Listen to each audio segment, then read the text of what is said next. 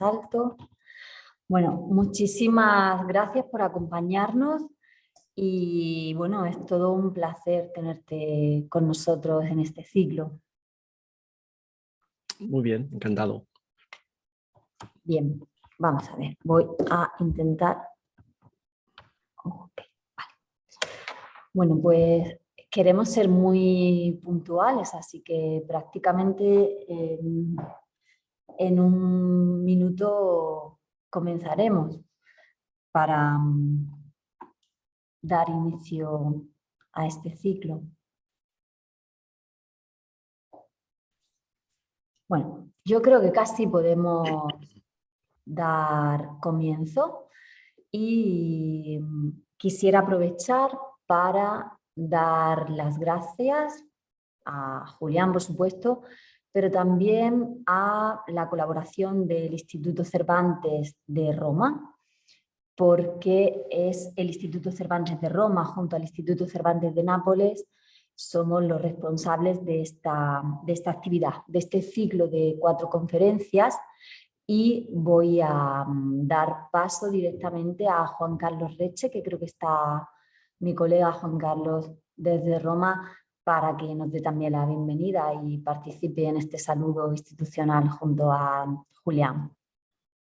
Hola, buenas tardes a todos, Ana y Julián especialmente.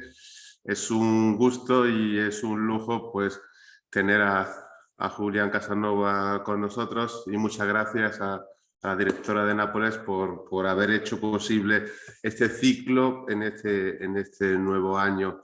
Yo no me voy a extender, simplemente quiero decir que además de ser catedrático de Historia de la Universidad de Zaragoza, Julián es uno de los actores más presentes hoy día en muchos focos de debate.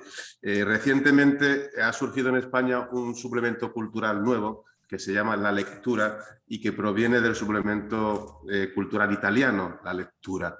En el número 2 hubo un monográfico sobre la identidad nacional en el que fue invitado Julián Casanova junto a otras voces de España. Y quería simplemente traer a colación lo que él decía, porque creo que representa muy bien el espíritu de este ciclo y la manera en la que ha sido formado. Su texto se llamaba Ser español es cambiante en el tiempo, y terminaba diciendo: cuando explico historia de España a extranjeros, siempre utilizo la comparación, las similitudes y diferencias con otros países. Centrarse en historias nacionales con identidades colectivas / abstractas diferentes da pocos frutos. Así que con ese espíritu de la comparación, pues comenzamos las conferencias y dejo la palabra a la directora de Nápoles, Ana Navarro, para que presente a Julián y a todo el ciclo. Un gusto. Hasta pronto. Muchas gracias, Juan Carlos. Bueno, te tomo la palabra porque presentar a Julián Casanova, como tú bien dices, es catedrático de Historia Contemporánea de la Universidad de Zaragoza, pero es presentar a un investigador que además se dedica a hacer una divulgación científica de grandísima calidad. Visto este trabajo, en el sentido, o sea, lo que quiero es haceros ver cómo sus publicaciones y sus libros hablan no solo de España, no solo de la historia de España, sino también de la historia de España en su contexto europeo, de la historia de España en una Europa plena de contradicciones, de conflictos y de afinidades, ¿no? Voy a nombrar algunas de su obra y quiero ser también muy rápida porque estoy mucho más interesada en que Julián pueda adentrarnos ya en este ciclo. Y bueno, algunas de sus obras que nombraré serán Historia Social y los historiadores, De la calle al frente, el anarcosindicalismo en España, La Iglesia de Franco, República y Guerra Civil, Europa contra Europa, España partida en dos, Breve Historia de la Guerra Civil Española, Historia de España del siglo XX, una violencia indómita del siglo XX europeo. Es solamente un pequeño reflejo de otras muchas publicaciones y de artículos de investigación que presentan una trayectoria muy, muy sólida y un profundo conocimiento de la historia de nuestro país, pero no desde un punto de vista local, sino una historia que se abre a Europa y una historia de la que España, por supuesto, participa y se nutre de las mismas contradicciones y conflictos que vive la historia de España y la Europa del siglo XX. Bueno, recordar solamente que este ciclo comienza hoy, continúa el 17 de febrero, el 3 y el 10 de marzo, siempre a la misma hora, que será abierto previa inscripción en Zoom, y doy la palabra a Julián para que podamos compartir con él esta conferencia de hoy sobre el fascismo. Muchas gracias, Julián. Muy bien, buenas tardes a todos, Ana y Juan Carlos. Muchísimas gracias por vuestra invitación, por estar ahí. Para mí es un placer y un honor desde Zaragoza iniciar este ciclo de 4 conferencias que voy a introducir muy brevemente para que la gente sepa en qué van a consistir, ¿no? Con esa, digamos que con ese hilo conductor de la historia comparada entre Italia y España en el siglo XX, mostrando siempre las similitudes y diferencias, recogiendo las investigaciones de decenas de historiadores que hemos trabajado en el siglo XX, tanto italiano como español, durante muchísimo tiempo. Lo que voy a hacer es, en estas 2 primeras conferencias, desde el Instituto Cervantes de Nápoles, coger el fascismo como hilo conductor. En la primera conferencia, hoy, hasta la derrota de Mussolini. En la segunda, en el 45, en la segunda conferencia, la semana que viene, hablaré de la peculiaridad que significó para España tener 3 décadas más de dictadura después de la caída de Mussolini, y los caminos tan diferentes que tuvieron España con Italia, uno por la vía democrática después de la derrota de Mussolini y otro por la vía dictatorial hasta la transición y la democracia a finales ya prácticamente de los años 70. En el segundo ciclo de conferencias en Nápoles, en Roma, haré lo mismo pero con el anarquismo. El anarquismo es una de las grandes peculiaridades de la historia de España y de Italia, muchísimo más de la historia de España, que arraigó con mucha fuerza, sobre todo en la zona más industrial y más moderna de España, Cataluña y Barcelona. En la primera conferencia introduciré el tema del anarquismo desde la perspectiva del conocimiento de la ideología política del anarquismo, y en la segunda conferencia haré similitudes y diferencias con el proceso del anarquismo y del arraigo de los anarquismos, más bien en plural, en Italia y en España. Lo que voy a hacer hoy es introducir por qué España e Italia llevaron caminos tan diferentes después de la Primera Guerra Mundial. Hablaré de los fascismos, hablaré de Mussolini y de Franco, hablaré de la intervención del fascismo italiano en la Guerra Civil Española, que fue un elemento fundamental de esa relación, y acabaré con un epílogo haciendo una reflexión sobre qué son los fascismos. ¿Qué diríamos hoy después de tanta información, tanta literatura sobre ese tema tan controvertido que es el fascismo? ¿Cómo definiría yo el fascismo como historiador después de haber estudiado y de haber introducido aquí el caso italiano y el caso español? Así pues, hay que empezar diciendo qué pasaba a comienzos del siglo XX en los 2 países.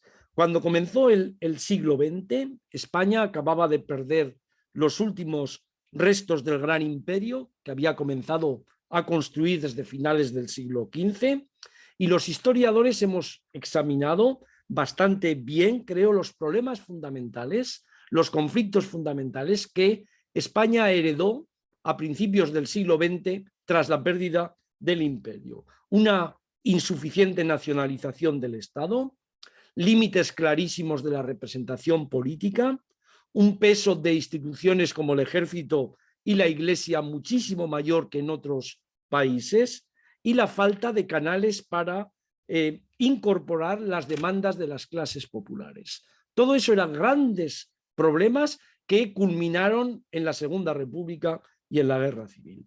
En Italia, tras la unificación, la política fue monopolizada durante varias décadas por un sector reducido de clases medias, altas, que habían llegado al poder durante el Risorgimento. Entonces, las prácticas corruptas de la representación política, que en España se conectaban con dos conceptos, caciquismo, clientelismo, se conocieron en Italia con el nombre de transformismo, es decir, la fabricación de mayorías extendiendo favores a diputados y a sus distritos.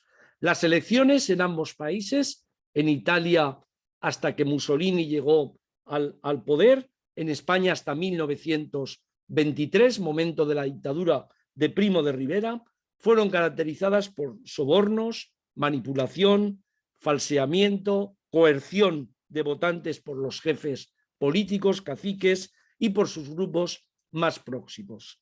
El fascismo, tal y como germinó y se desarrolló en Italia, hay que recordar que Italia, la gran peculiaridad es que es el país que crea por primera vez ese movimiento de masas llamado fascismo con conquista del poder. Pues bien, el fascismo, tal y como germinó y se desarrolló en Italia, fue básicamente un producto de la Primera Guerra Mundial.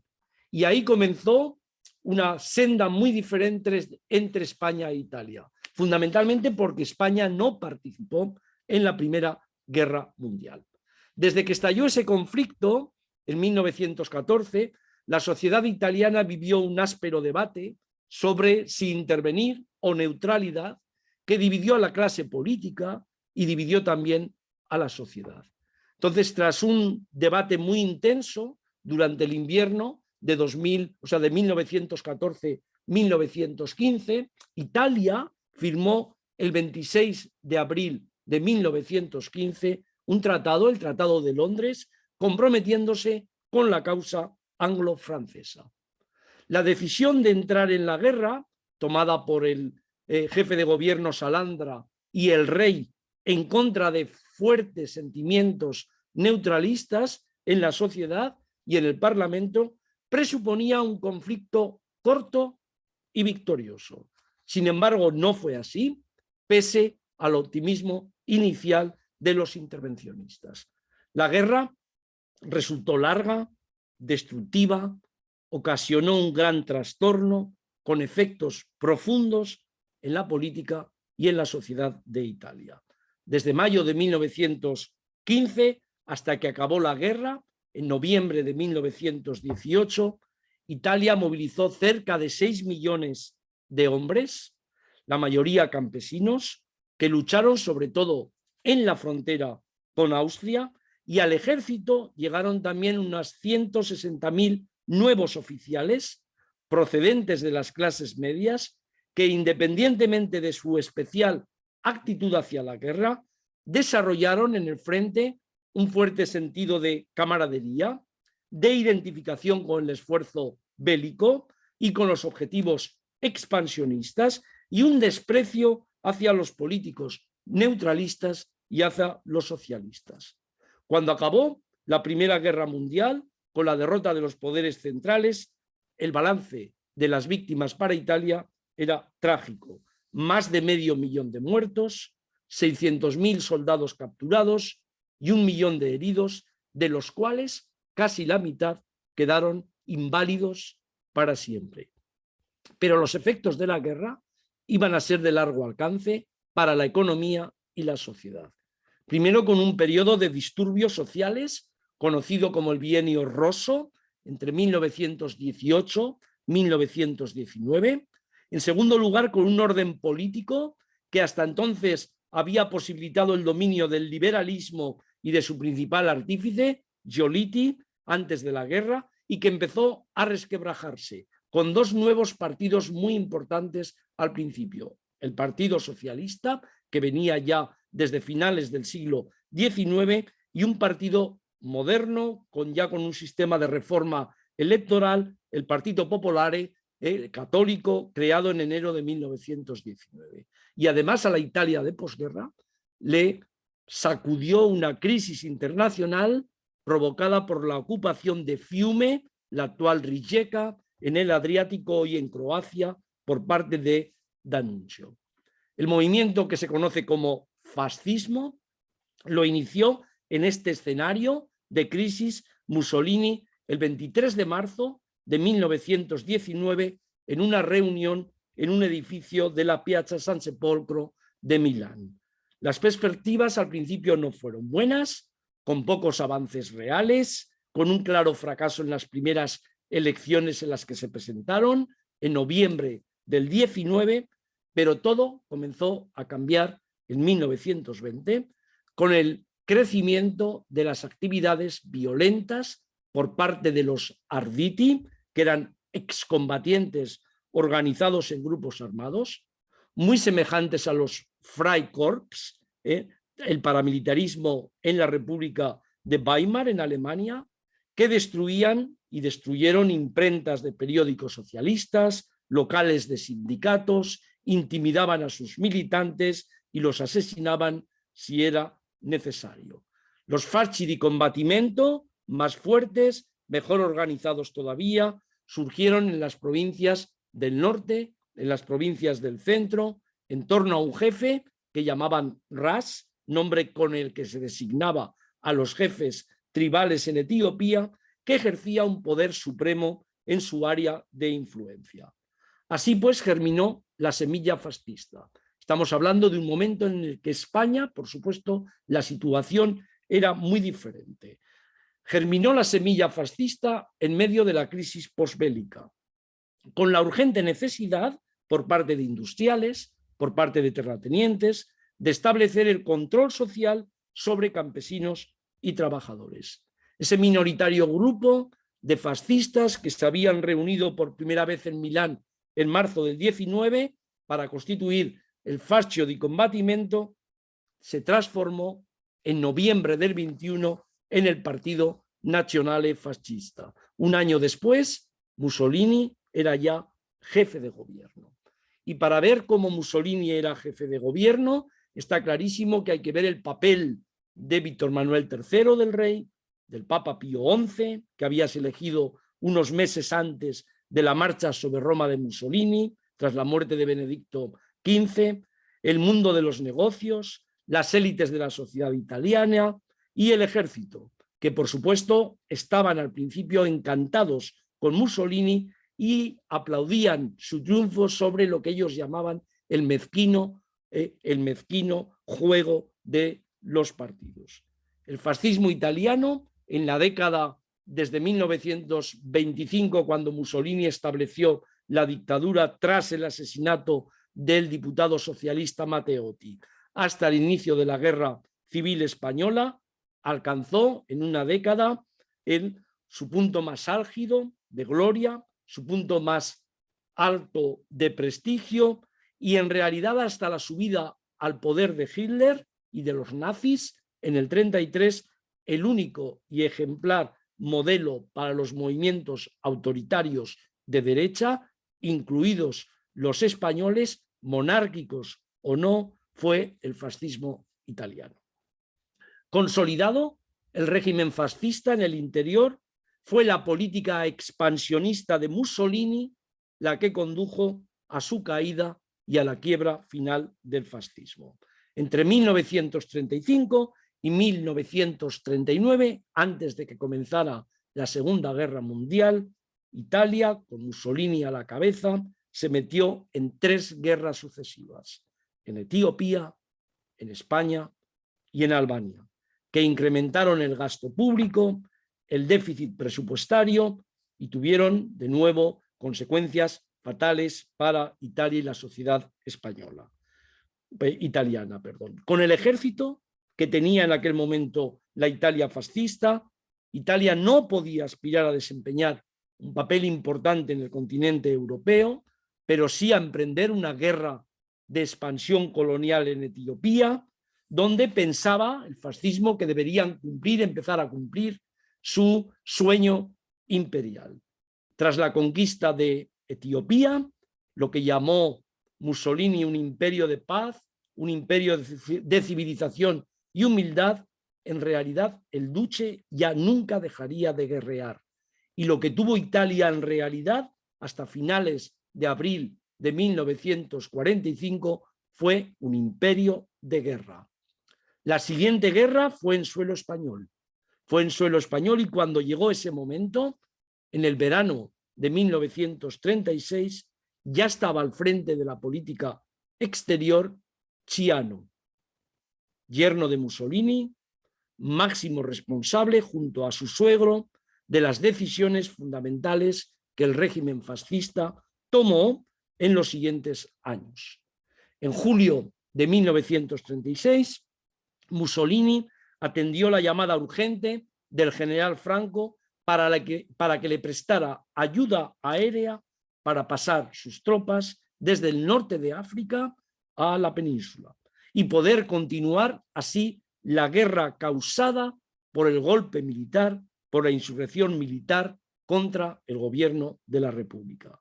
La ambición de una expansión en el Mediterráneo a costa de Francia y la animadversión a los gobiernos del Frente Popular español y francés llevaron a Italia a una guerra en la que empleó más de 76.000 hombres, una cantidad de recursos, armas y municiones que agravaron sus deficiencias militares y le reportaron escasas recompensas. Además, la intervención en España significó el primer paso de lo que iba a ser una fatal amistad con la Alemania nazi, que también ayudó a los militares rebeldes, a Franco, una amistad sellada oficialmente en el Pacto del Eje en octubre de 1936. A Mussolini, después de la Guerra Civil Española, e incluso en los momentos finales, le quedaban todavía algunos momentos de gloria: la anexión formal de Albania en abril del 39, antes ese acuerdo en Múnich en septiembre del 38 que la propaganda fascista vendió como fruto de la posición pacificadora de Mussolini, pero quedaba la Segunda Guerra Mundial. Y la Segunda Guerra Mundial, evidentemente, fue una guerra en la que ni la población, ni Italia, ni su ejército, y eso lo reconocía la cúpula dirigente fascista, estaban preparados para entrar. Al principio, Italia se mantuvo al margen de la Segunda Guerra Mundial, que se inició en la mañana del 1 de septiembre de 1939, con la invasión de Polonia por las tropas nazis. Pero cuando los ejércitos alemanes avanzaron inexorablemente por los Países Bajos y Francia, en la primavera de 1940, Mussolini le comunicó al general Badoglio, jefe del Estado Mayor, que la guerra la ganaría pronto Hitler y que Italia necesitaba, cito textualmente, unos cuantos miles de muertos para poder asistir a la conferencia de paz como beligerante. Cierro la cita.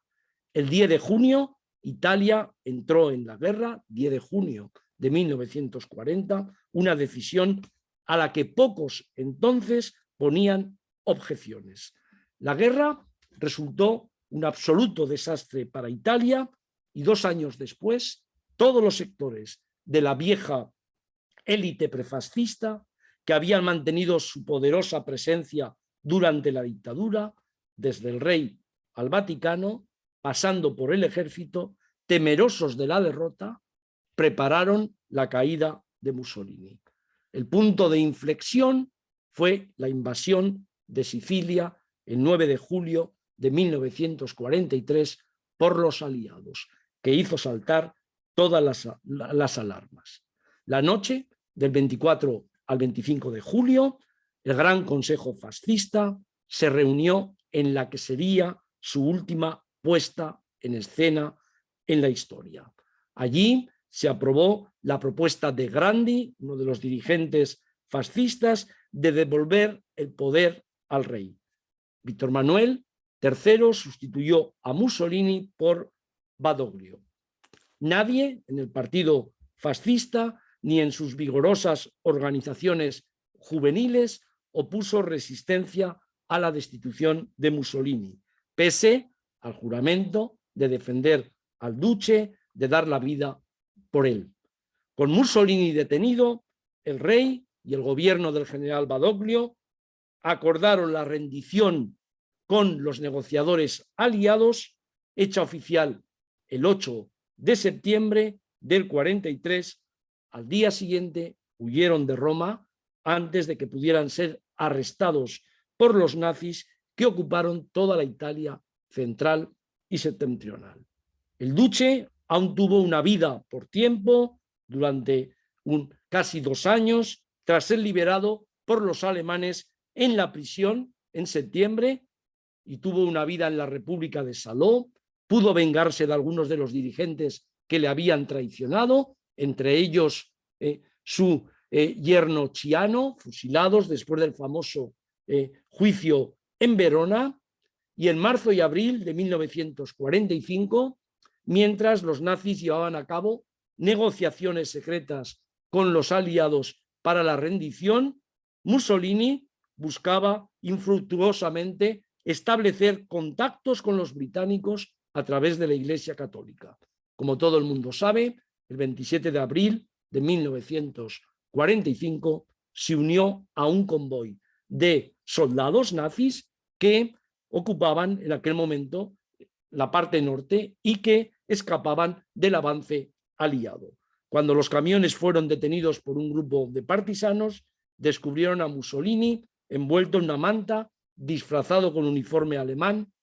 Fue ejecutado el 28 con su amante Clara Petacci, y al día siguiente sus cadáveres y los de otros célebres fascistas fueron colgados cabeza abajo en la Piazzale Loreto de Milán.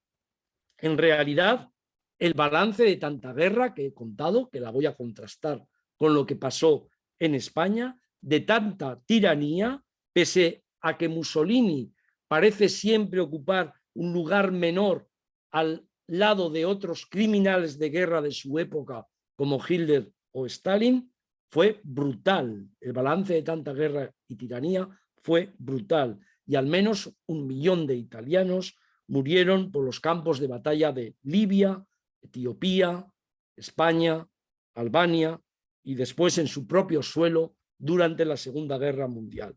Y el máximo responsable de tanta sangre derramada fue Mussolini y sus ambiciones imperiales y totalitarias. En España, mientras tanto, hasta que llegó la Segunda República, en abril de 1931, la sociedad española se mantuvo bastante al margen de esos trastornos y dificultades que sacudían a la mayoría de los países europeos después de 1914.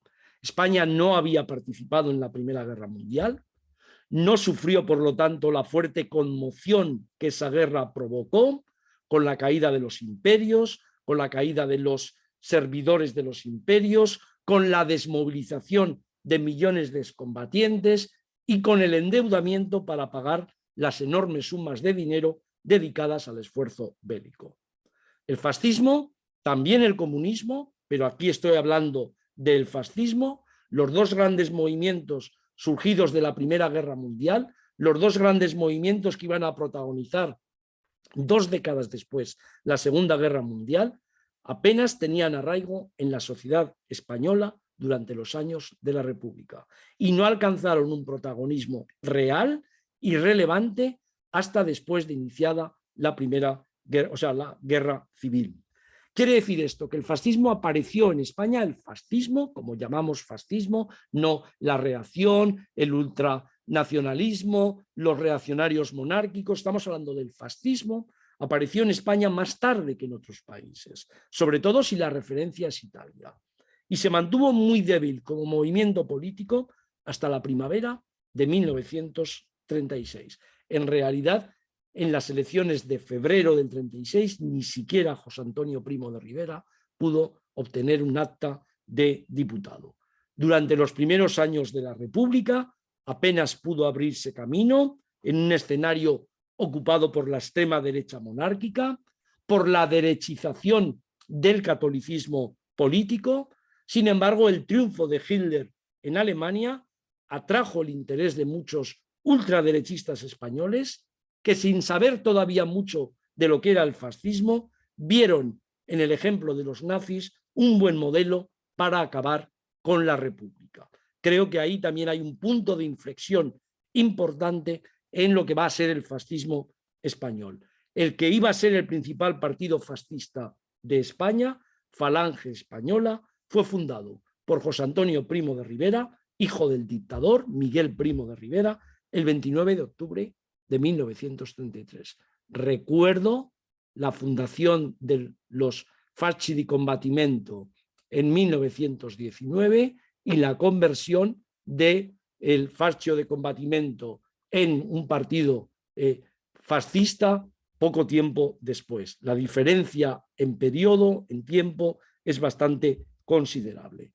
En definitiva, en España, solo gracias a un golpe de Estado que abrió una guerra civil, el fascismo acabó teniendo una notable influencia en la política y en la sociedad española de los años 30.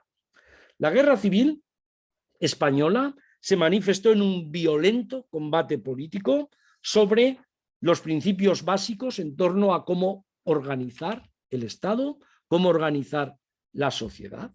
Es verdad que para los españoles ha pasado a la historia y tenemos todos los días ruido, siempre más calor que luz, más ruido que conocimiento sobre esta historia. Ha pasado para los españoles a la historia por la tremenda violencia que generó, pero pese a lo sangrienta y destructiva que pudo ser, la guerra civil española debe medirse también por su impacto internacional, por el interés y la movilización que provocó en otros países. Y ahí conecto de nuevo a España con Italia.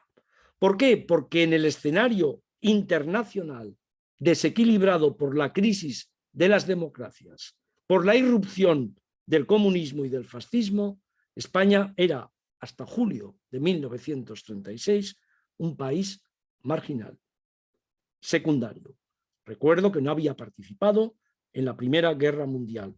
Todo cambió, sin embargo, a partir de la sublevación militar de ese mes de julio de 1936.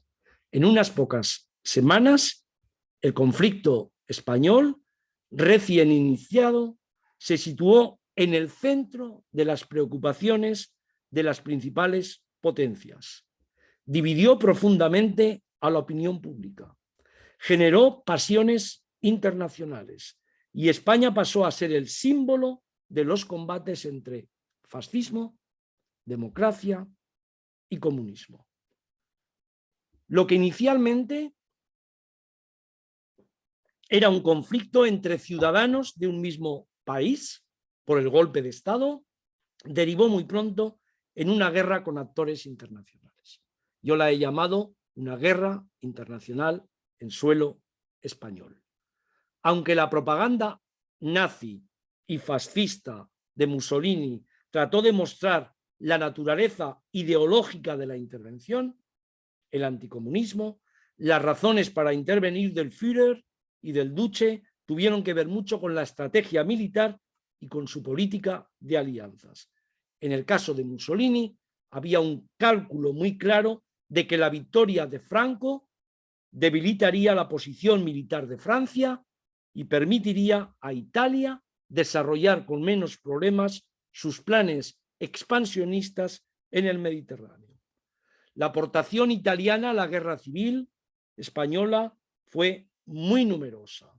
Comenzó a llegar a España en diciembre de 1936, en enero de 1937, tras un pacto secreto de amistad firmado por Franco y Mussolini el 28 de noviembre de 1936, y a partir de ese pacto Mussolini organizó el Corpo di Troppe Volontarie, que contó de modo permanente con 40.000 soldados y que llegó a tener en su momento de máximo auge un total de 78.474 combatientes en España, muy superior a la participación alemana y muy superior a la de las brigadas internacionales.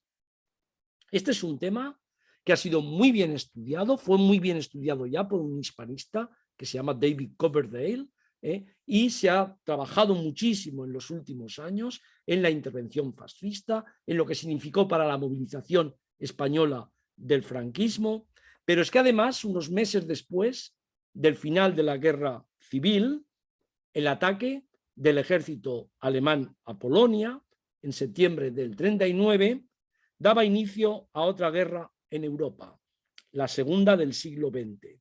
Fue una guerra global, mundial, de 6 años de destrucción y muerte, que Franco y su dictadura pudieron evitar, aunque hubo miles de españoles que participaron también en la batalla, contra el fascismo o contra el comunismo. Un segundo acto de la tragedia que justamente dejaban o acababan de dejar atrás en su país. La intervención alemana e italiana había sido decisiva para el triunfo de las tropas de Franco frente a la República, pese a la negación de la propaganda franquista y el mito de que todo se debió evidentemente al ejército de Franco y a la unidad del ejército de Franco y a la superioridad ética de la causa de Franco. Y en los meses que transcurrieron entre el final de la Guerra Civil y el inicio de la Segunda Guerra Mundial, recuerdo, la Guerra Civil acabó oficialmente el 1 de abril de 1939, la Segunda Guerra Mundial se inició el 1 de septiembre del mismo año, la política exterior franquista se había alineado claramente con las potencias fascistas. Se adhirió en abril al pacto anti-Comintern, el acuerdo establecido entre Alemania, Italia y Japón para luchar contra el comunismo. Sin embargo, cuando el ejército nazi invadió Polonia y Gran Bretaña y Francia 2 días después declararon la guerra a Alemania, Franco promulgó un decreto en el que se ordenaba, cito textualmente, la más estricta neutralidad a los súbditos españoles. Era una política de aparente equidistancia en un momento en el que ni siquiera Italia había entrado en la guerra y que iba a resultar muy difícil de mantener en aquella época tan turbulenta. La prueba de fuego para esa neutralidad de la dictadura de Franco llegó un año después, en la primavera de 1940, con la súbita y victoriosa invasión de Holanda, de Bélgica y de Francia por el ejército nazi. Benito Mussolini consideró que ese era el momento oportuno para que Italia entrara en la guerra, para recoger los frutos de la victoria, lo citaba antes, y Franco, convencido también de que el triunfo fascista nazi era ineludible, preparó el camino para poder intervenir como beligerante en el reparto del botín imperial a costa de las potencias democráticas. La intención, en palabras de su cuñado, hemos visto la importancia del yerno Chiano en la Italia fascista, la importancia del cuñado Ramón Serrano Suñer de Franco en la España franquista. La intención era, en palabras de su cuñado Ramón Serrano Suñer, fíjense los paralelismos con las frases que hemos visto antes, quien compartió con Franco esa estrategia era, cito textualmente, entrar en la guerra en el momento de la victoria alemana a la hora de los últimos tiros. A la espera de poder dar ese paso crucial, el gobierno de Franco abandonó la estricta neutralidad, que era como se llamaba, y se declaró el 13 de junio de 1940 no beligerante, imitando lo que había hecho Mussolini justo hasta ese momento, cuando ya Mussolini entró en guerra. Era una fórmula por la que se reconocía explícitamente la simpatía por el bando del eje. El problema para España, fíjense también los paralelismos, era la desastrosa situación económica y militar, apenas un año después de finalizada la guerra, y las ambiciosas peticiones que Franco reclamó como premio. Como se sabe, Franco, en esa famosa entrevista en Hendaya el 23 de octubre de 1940. Con Hitler reclamó Gibraltar, el Marruecos francés, el Oransenado, que era la región noroccidental de Argelia, y el suministro de alimentos, petróleo y armas. Hitler no aceptó las exigencias de Franco. España no entró en la guerra porque no podía, dada su desastrosa situación económica y militar, y porque su intervención tenía costes demasiado altos para que Hitler y Mussolini, con quien Franco se entrevistó en Bordighera en febrero de 1941, pudieran aceptarla. En realidad, Hitler y Mussolini siempre consideraron a Franco como el dictador de un país débil que apenas contaba en las relaciones internacionales. Otra cosa es lo que dijo la propaganda franquista, hasta convertirlo en un mito que todavía se repite hoy, que Franco, con habilidad, con prudencia, burló, resistió las amenazas del líder nazi, consiguiendo que España no participara en la Segunda Guerra Mundial.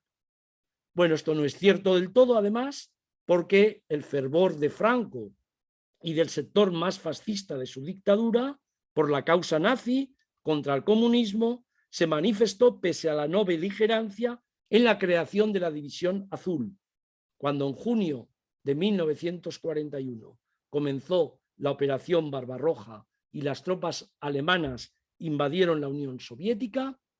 Miles de falangistas, militares, excombatientes de la Guerra Civil Española vieron la oportunidad de continuar en territorio ruso la cruzada antibolchevique.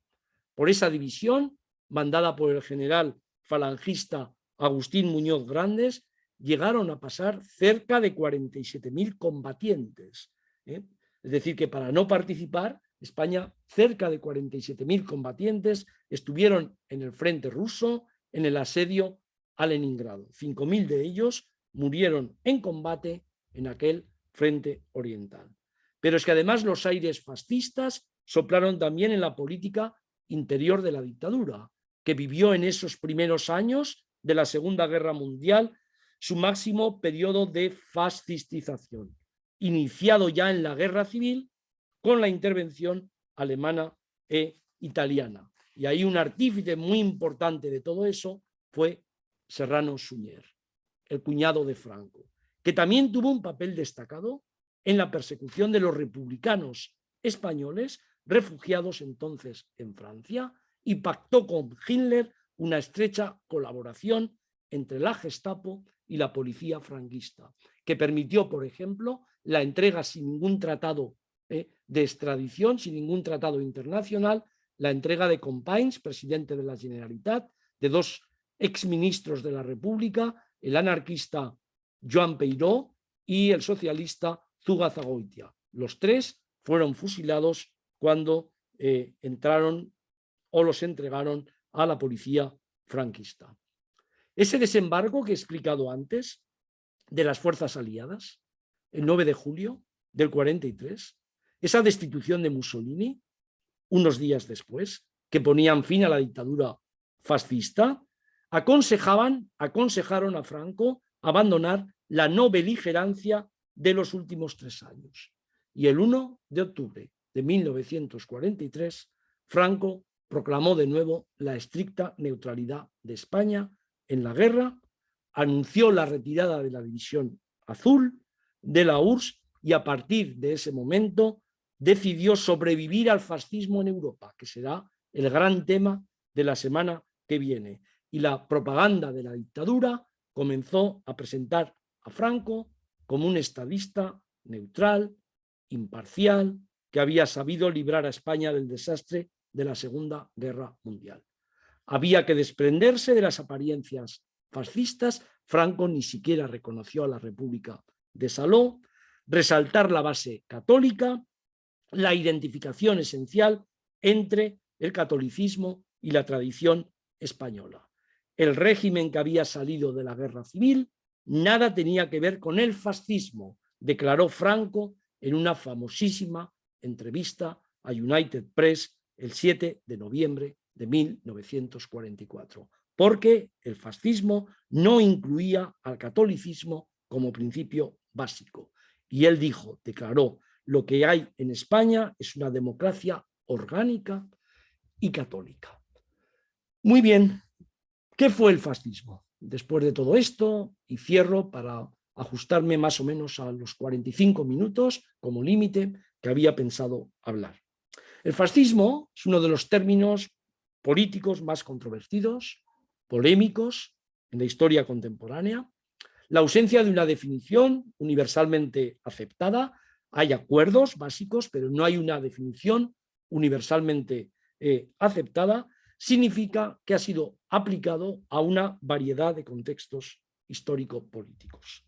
La de Mussolini se considera sin ninguna duda la primera dictadura fascista de la historia. Y a la de Franco siempre se le ponen adjetivos que limitan su carácter fascista. ¿Por qué? Porque sobrevivió a 3 décadas a los fascismos en una Europa, en un mundo cambiante, y la larga duración hace casi imposible calificar a la dictadura de Franco solo con un único adjetivo. Antes de la Segunda Guerra Mundial, del inicio de la Segunda Guerra Mundial, ya estaba Franco en el poder. Cuando Franco murió, lo que había es una guerra en Vietnam.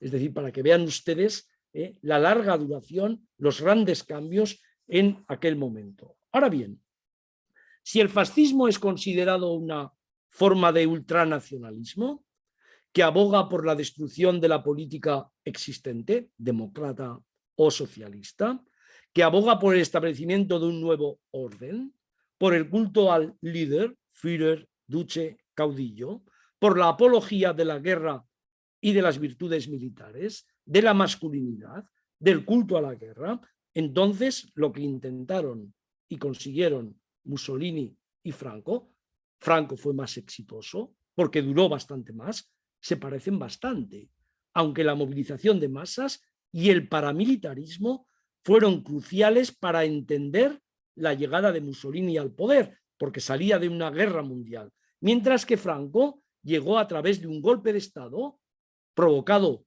por el ejército, no por el paramilitarismo, y de una guerra civil.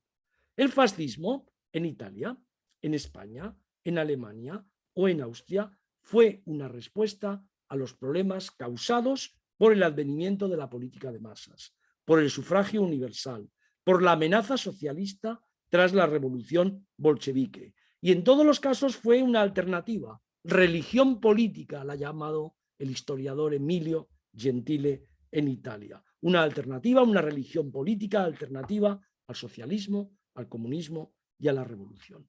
Una alternativa que hablaba de un renacimiento nacional en un sistema político y social que superaría las dicotomías inherentes al capitalismo moderno, industrial, entre privado, público, individual y colectivo. Voy acabando.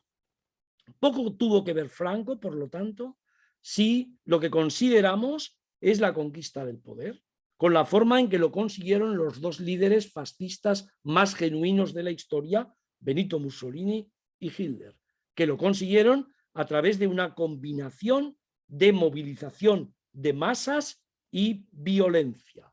Así subió al poder, Gentile lo ha expresado muy bien, Mussolini, con esa combinación de violencia paramilitar, maniobras políticas, sin necesidad de tomar militarmente el poder, pese al mito forjado de la marcha de Roma como conquista del poder. Por supuesto, Franco lo tomó de una gran diferencia, con una gran diferencia, insisto, él empezó el asalto al poder desde el ejército, con una sublevación militar, y lo consolidó tras la victoria en una guerra civil. Entre los últimos meses del 44, los primeros del 45, todos esos países que habían sido fascistas fueron invadidos por los ejércitos de la Unión Soviética, de los aliados occidentales, salvo las 2 dictaduras derechistas de la península ibérica, la de Franco y la de Oliveira de Salazar, que ya estaban antes de la Segunda Guerra Mundial, pero que como no intervinieron oficialmente en la Segunda Guerra Mundial, pudieron seguir tras ella. Esa es una gran diferencia entre las dictaduras de Europa del Este, entre Italia, entre Alemania y las de la península ibérica. Franco se libró de ese final, obviamente, aunque la intervención italiana y la alemana habían sido decisivas para su triunfo en la guerra, para su conquista del poder, y aunque el fervor más fascista de su régimen le había llevado a una intervención con 47.000 miembros, personas, excombatientes, muchos de ellos en la guerra civil contra el comunismo. A cabo, hemos visto el origen muy diferente de Franco y de Mussolini, pero también hubo un final muy diferente de los dos dictadores. Mussolini asesinado, expuesto, colgado cabeza abajo públicamente. A partir de ese momento, la desnazificación en todos esos países, la soltar amarras del fascismo, llevó a la sociedad italiana a un proceso muy diferente que veremos en la segunda parte, en la segunda conferencia, hacia la democracia. Y sin embargo, Franco duró 3 décadas más y 3 décadas después acabó. Miren el contraste con el Mussolini colgado cabeza abajo en una plaza pública en Milán. Franco acabó en la cama de un hospital y enterrado con honores militares, presidido ya por el que iba a ser el rey, en el Valle de los Caídos. Creo que cuando se muestran todas estas similitudes y diferencias, estaría muy bien poder bajar a todos estos escenarios y acabo como acabo siempre. Yo soy un firme partidario de llevar esta enseñanza a los centros de secundaria, de hacer un esfuerzo no solo en las universidades y, por supuesto, de elevar siempre con el telescopio nuestra visión.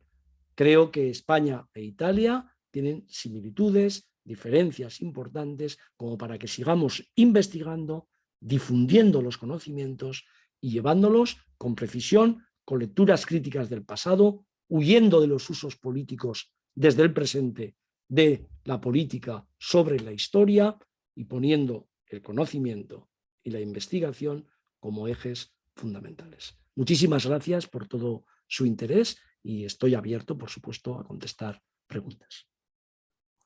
Muchísimas gracias, Julián. Bueno, tenemos varias preguntas. Voy a leer la primera de ellas, que es sobre la denominación del fenómeno de la dictadura del caudillo en España, ¿no? Sí, podríamos llamarlo fascismo, franquismo, nacionalcatolicismo, y si estas denominaciones serían excluyentes entre sí. Esta es una pregunta clave que hemos trabajado historiadores que llevamos varias décadas con este tema. Y creo que el punto de partida lo mostraba antes. Cuando tú tienes una duración tan larga de una dictadura y además en periodos tan cambiantes de la historia, cosa que no le pasó fundamentalmente a Mussolini porque murió en el 45, está clarísimo que es muy difícil etiquetar con una sola definición todo eso. En realidad creo que todas las etiquetas de la dictadura de Franco no son excluyentes, sino que van avanzando. Franco está clarísimo que llega al poder con la ayuda fascista, que hay una movilización fascista muy importante para ganar la guerra civil, para consolidar el poder, para reprimir a todos los vencidos, y que, como he dicho antes, en el momento en que Franco ve derrocado ya Mussolini,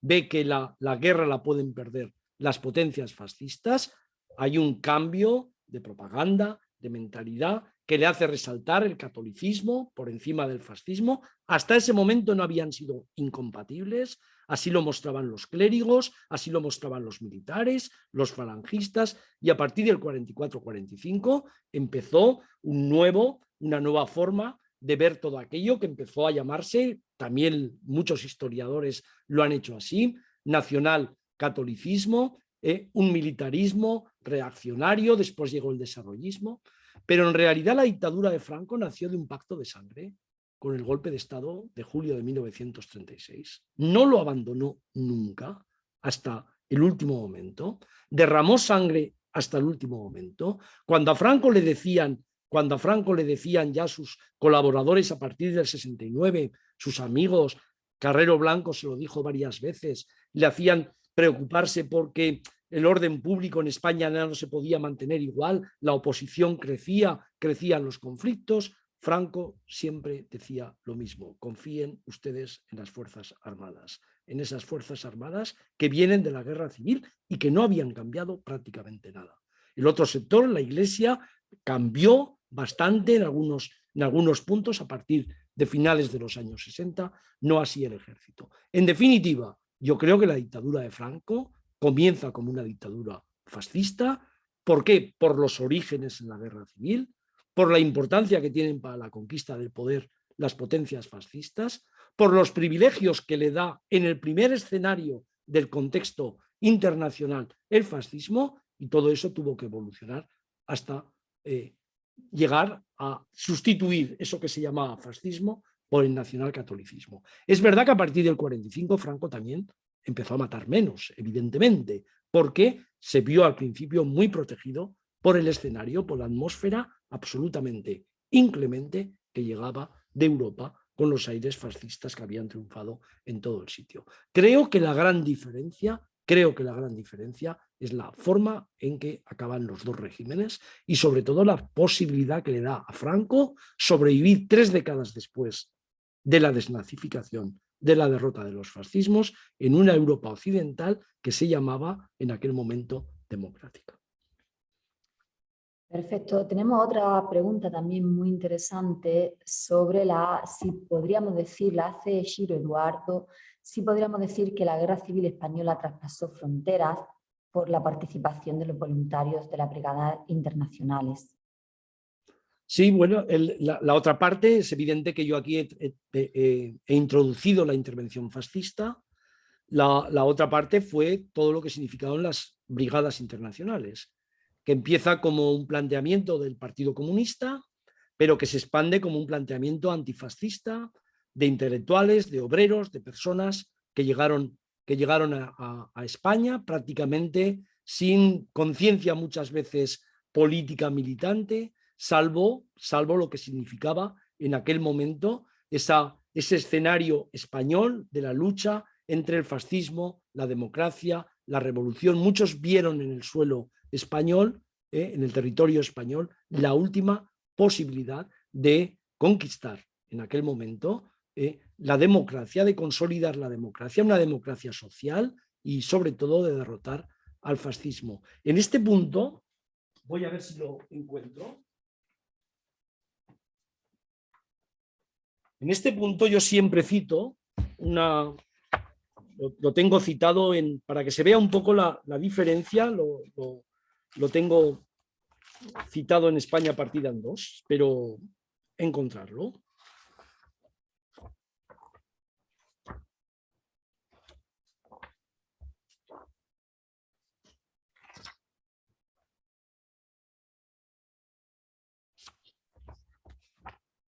Y lo tengo aquí.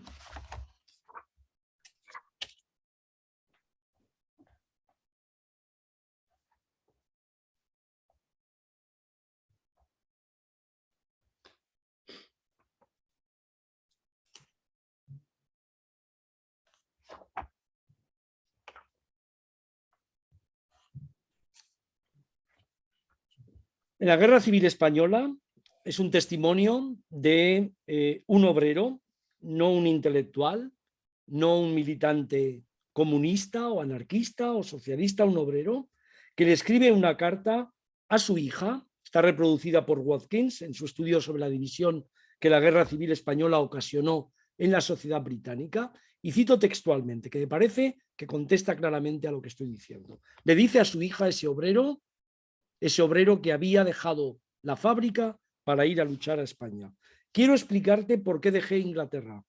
Te habrás enterado de la guerra que hay aquí. De todos los países del mundo, gente obrera como yo han venido a España a parar al fascismo.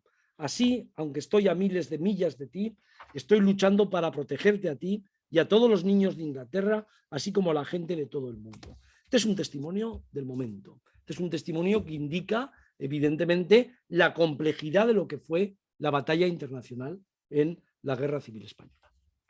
Bueno, no sé si tenemos un tiempo para una última pregunta y, bueno, como continuaremos con la presencia de Julián Casanova en este interesante ciclo, quizás podríamos trasladar este debate para próximas conferencias. Por tanto, la última pregunta que podemos formularle sería si fue similar el apoyo que la Iglesia Católica dio a Franco y a Mussolini, o sea, el papel de la Iglesia en relación a estos líderes políticos y su acción sobre estos países. Esta es una pregunta también fundamental, esencial, y creo que la hemos investigado también mucho en los últimos años. Hay grandes similitudes porque los dos países tienen a la religión católica prácticamente como una religión inextricablemente unida al poder. En Italia sí que es verdad que hay otras religiones minoritarias, hay una presencia de judíos que no hay en España, aunque no la misma presencia que en otros sitios. Es verdad que en Italia está el tema del Vaticano, que con el Tratado de Letrán, en el 29, por fin Mussolini y el Papa firmaron lo que no había podido firmar el Vaticano con los gobiernos liberales anteriores. Es verdad que la Iglesia Católica, la jerarquía, dio un apoyo importantísimo al fascismo, no así el partido italiano, no así el Partido Popular, que salió bastante dividido. En concreto, el fundador, un cura, Sturzo, tuvo que marcharse de Italia. Creo que el ejemplo español es muchísimo más contundente y categórico. El ejemplo español es el ejemplo de una complicidad total desde que empezó el golpe de Estado, con la España de Franco, con la rebelión militar. Es verdad que ningún otro país tiene el fenómeno del anticlericalismo, que empezó además a ser muy violento desde julio de 1936, pero la presencia de la Iglesia Católica fue mucho más duradera, lo mismo que el franquismo, y es evidente que es la principal vía de legitimación que tiene la Iglesia Católica con Franco y Franco con la Iglesia, porque a partir de ese momento el franquismo siempre pudo vender en el exterior, desde la carta famosa pastoral de todos los obispos españoles apoyando la causa franquista, que esa era la causa de la civilización cristiana, de la civilización occidental, la auténtica frente al comunismo de la Unión Soviética. Ese tipo de aspectos son fundamentales, como lo es la complicidad posterior en los fusilamientos, en la violencia. Pero es verdad que la Iglesia Católica Española, a partir del Vaticano II y a partir sobre todo de la presencia por primera vez de cristianos por el socialismo, de comunidades cristianas, de obreros en los barrios populares, curas obreros en los barrios populares, se empezó a modificar. Dicho esto, cuando murió Franco, la Iglesia Católica no era la Iglesia de la cruzada, de aquella que había convertido la guerra civil en cruzada, pero tenía una presencia muy importante en el aparato del poder, en los medios de comunicación y sobre todo en la enseñanza. Porque una cosa que caracteriza a la Iglesia Católica Española, que Mussolini no lo pudo vivir con esa intensidad y después del 45 todo cambió, es que el franquismo se convirtió para la Iglesia Católica en el periodo de mayores privilegios que ha tenido en la historia contemporánea de Europa. Y esto creo que es una gran diferencia, pero fíjense, y acabo, que podemos introducir el ejército, la sociedad, la iglesia, las clases trabajadoras, las clases populares, la complicidad, los negocios, y en todo nos encontramos grandes similitudes y diferencias. Vuelvo al tema de origen. O sea, a lo mejor es difícil comparar Finlandia con España, pero creo que tenemos que seguir haciendo un esfuerzo para enseñarles a los españoles historia de Italia y a los italianos historia de España. Y de paso, si lo pasamos a Portugal, que es una especie de sitio donde tenemos un desprecio, se conoce muy poco de la historia de Portugal, creo que estaría muy bien. Es decir, la alternativa es convertir a la historia no solo en un objeto del mundo micro en el que está uno envuelto, sino ampliarlo. Y creo que los Cervantes pueden hacer también, y sé que me consta que lo están haciendo, una labor muy importante en todo esto. Así que muchísimas gracias, Ana, muchísimas gracias, Muchísimas gracias. Carlos, y nos Cerramos. veremos el jueves que viene, ¿no? Sí, cerramos este ciclo. Han quedado preguntas interesantes sobre este fenómeno fuera de Europa, en otros contextos y en otros lugares que debatiremos seguramente en adelante. Pues Juan Carlos, te cedo la palabra para que nos saludes. Bueno, creo que está todo dicho. Ha sido una conferencia súper interesante Y como preguntaban esta tarde en Twitter los que no han podido asistir en directo, si se va a poder ver más adelante, quiero recordar que las 4 conferencias estarán colgadas en los canales YouTube del Instituto Cervantes de Roma y de Nápoles. Así que ahí también hay una oportunidad para verlo después y, como decía el profesor Casanova, está en nuestra labor fomentar estos encuentros y también archivarlos para que queden estas reflexiones para el futuro. Nada más. Muy bien. Buenas tardes a todos y un placer haber estado con tanta gente y que ha seguido con tanto interés esta conferencia. Para mí, insisto, es un placer y un honor. Buenas tardes. Muchísimas gracias. Buenas tardes, profesor.